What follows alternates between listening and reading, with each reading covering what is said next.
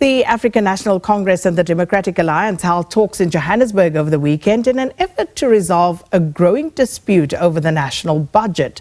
Now, Government of National Unity passed the fiscal framework through the National Assembly with a narrow majority. The DA has rejected the proposal, calling it unaffordable and without broader economic reforms. However, reports now indicate that the value-added tax hike could be scrapped following various meetings over the past week between the ANC and several other parties. Meanwhile, in another matter, President Donald Trump of the United States has said that the U.S. will continue boycotting a group of 20 meetings in South Africa. To help us unpack some of these issues, we're joined virtually now by political writer, analyst and author, Dr. Ebrahim Harvey. Dr. Harvey, thanks for your time. Welcome to Morning Live. Good morning, Sakina. Good morning. Good to be with you. So after the weekend meetings between the ANC and various political parties, especially the DA, there seems to be signs that the ANC will likely abandon the proposed value-added tax increases, because it seems like no other party is in favor of that hike. But what does that tell us about what has transpired here in the main, given that we don't know whether that VAT hike will be done away with come the 1st of May? Sakina, it's better that the VAT hike is done away with by the 1st of May, and it will be. Sakina, you know, sometimes and often, in fact, the ANC is its own worst enemy. Remember, it's already in an unprecedented political crisis. It lost the 29th May elections, and don't forget, it lost the 2016 and 2021 local government elections. So the ANC is, to my mind, on an irreversible decline politically. It has shot itself in the foot, nevertheless, and this is the irony. The brutal irony for the 2026 local government elections. You see, the VAT tax increase is a regressive increase. So what it means basically is that it hurts and harms most the people at the bottom of society, which is the working class, and the very electoral historical support base of the ANC, which is particularly the black working class and the African majority, if you want to talk about that. Those are the people who are good. So I, in my News 24 column, I predicted that for the reasons I've explained to you now, the ANC is highly probably going to reverse this and not implement and not force. So remember, it's still the dominant party in the Government of National Unity, or what is a coalition government effectively. So I'm not surprised, because had it proceeded, already remember it was with its back against the wall even for the 2026 local government elections. Don't forget also last week we had another electricity increase. So we have the biggest cost of living crisis at the moment in the entire history of South Africa. Not just, Sakina, not just post-apartheid South Africa, in the entire history of South Africa since the Union of South Africa was formed in 1910, the biggest cost of living crisis. So you know, I've argued consistently that this VAT increase is really a shot in the foot for the ANC. So I'm not surprised that it's heading in that direction. And what the ANC needs to do is to listen to the DA. The DA said from the outset, even before Herman Mashaba and Action SA jumped on the bandwagon and rescued the ANC, they said you need to, that the budget is an instrument, Sakina, of the economic policy. You've got to look at the entire economic policy. You've got to look at the wasteful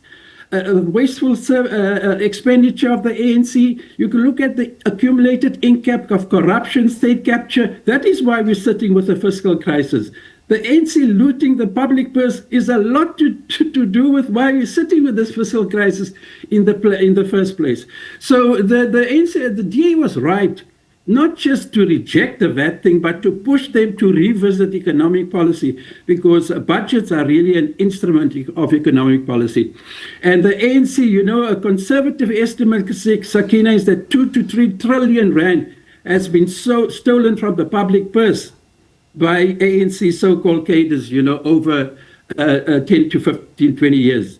So I support the DA, you know, the stance that it took, you know.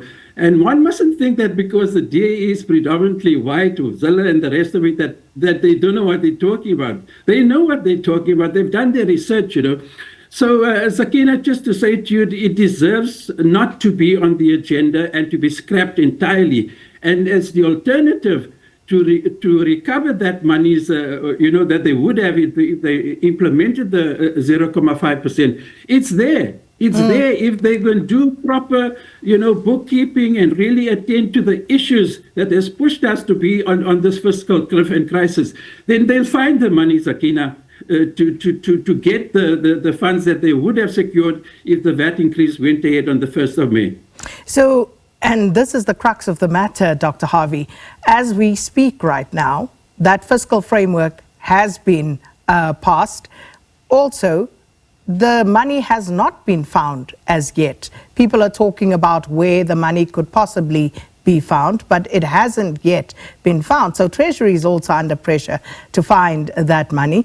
But the uncertainty around this VAT hike could cause some chaos and confusion, because you already have service providers beginning to invoice for that higher percentage point of VAT, half a percentage point rate, after Parliament approved that fiscal framework at the beginning of the month. So where to from here? No, Sakina, there's lots to be said in response to you.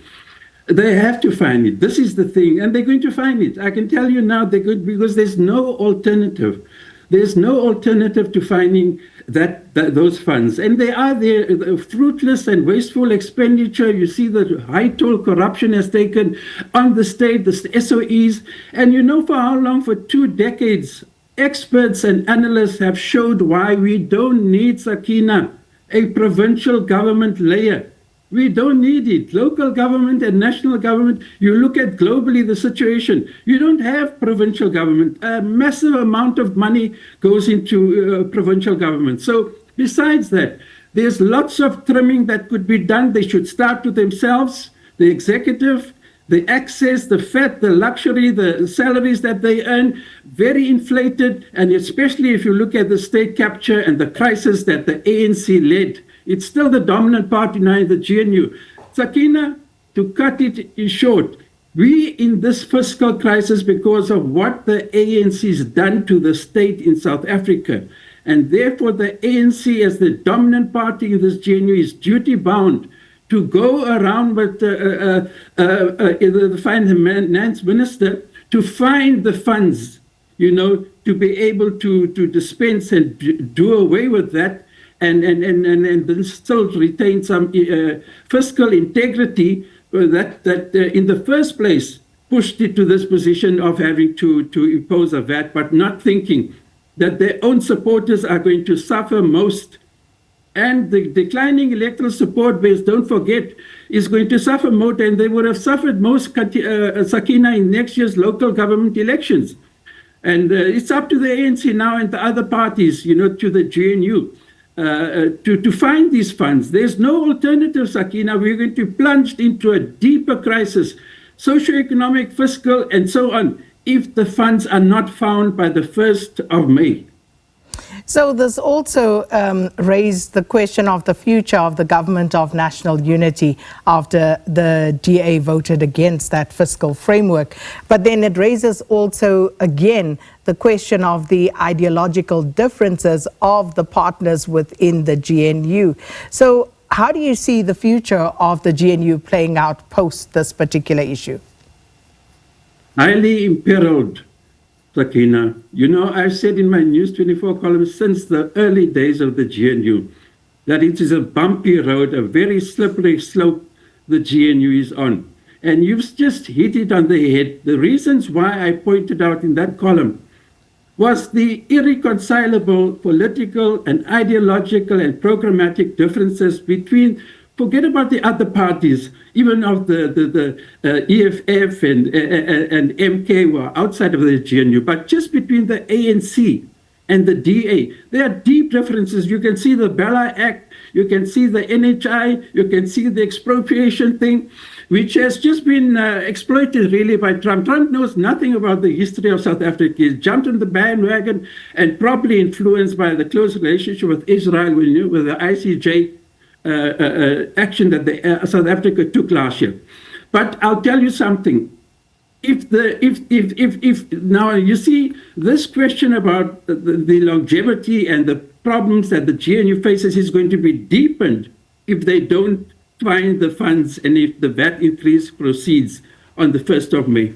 But it's very rocky days for the GNU, Sakina. You can see it. It's very evident, It doesn't take even a lot of research. You just need to keep abreast with the newspapers and the media to see the GNU is in a very unenviable situation. And I'll be surprised, to put it this way, if the GNU doesn't collapse and disintegrate in the next 3 to 6 months, as soon as that. Wow. And then just to wrap up this part of it, when we look at the GNU and what led to the formation thereof, do you think that this is pointing towards more centrist or consensus-driven politics in South Africa, or is this just a result for the stalemate that came about now? Well, it's a combination of reasons, but whenever a government or a country moves towards centrist politics, whether it's left of center or right of center, that's the other thing about centrism. There are magnitudes and different angles to it. But really, it's often when you hit a crisis-ridden conjuncture, which is the current one, and it's not just in South Africa, the entire globe. And the ascendancy to power of Donald Trump has deepened that crisis in every respect. So, I think, to answer your question, there's no doubt, and in fact, it's been happening for quite a while now, that South Africa's moving towards centrist policies and politics. And I think it has a lot to do with what happened to state capture and to the to ANC rule of the state from 1994. We've really hit an unprecedented crisis, Sakina. A new way has to be found. I can tell you now, I don't think the answer lies in centrist politics. I think if you talk left of center, I think the NHI must proceed. There may be differences with the Bella Act, but the NHI, the Expropriation Act, which is in fact drawn largely from our Constitution, Section 25, the Expropriation Act is not new stuff. This is what Ramaphosa and the ANC has been saying, really. It's drawn from the Constitution, Section 25, Sakina. And then, of course, I wish we had more time, but I quickly want to touch on what's happening with the U.S. and Donald Trump as well. The U.S. President Donald Trump once again stirring the pot, threatening to boycott the G20 summit, all meetings in South Africa, and citing, once again, land confiscation and genocide. Given that South Africa is the only African member of the G20, how significant is that, if at all? Well, it's very significant in the sense that, the USA deciding to boycott the G20. I mean, given its global standing, well, it's now on the sharp decline with Trump's ascendancy to power. But I support the ANC completely in its relations with Trump and the stance that it has taken, Sakina. I don't think you're going to change Donald Trump's. You can see what he's tweeted over the past few days, resetting the stance of the USA towards South Africa. And it is very unlikely, Sakina, that you're going to find him there. I think it will affect the G20, but not so much that it will scupper those talks and the agenda that has been set for it for November this year. And in terms of those tensions between Pretoria and Washington, they seem to be at an all-time high or low, whichever way you choose to look at this right now. The US is the next country to assume the presidency of the G20. Implications for South Africa as a result of all of this? South Africa is in a very dire situation, crisis-ridden moment like never before, Sakina. So whichever way you look at it, the road ahead for South Africa is going to be very tough. It will look like what has happened to date, like a Sunday picnic, to be honest with you. And I'm not wanting to sound like a prophet of doom. But South Africa faces a very, very tough period. The coming period is going to be probably the toughest South Africa And the ANC in particular, since it's still the ruling party in the government of national unity, is going to face. We're in very turbulent waters, Sakina, not just in this country, the Middle East, America. I mean, look at the relations between America and Canada. They were irreconcilable allies, for how long? And look at what action Canada has taken against the USA. Look at it happen to China and the entire globe. The WTO is in a mess, in a disarray like never before. So we in very choppy waters, Sakina, South Africa, and I just hope that it manages to navigate itself through these choppy waters. Dr. Ebrahim Harvey, thank you so much for your time this morning. Political writer, analyst and author, speaking to us about the effort to resolve a growing dispute over national budget within the government of national unity, and the US President Donald Trump threatening to boycott G20 meetings in South Africa.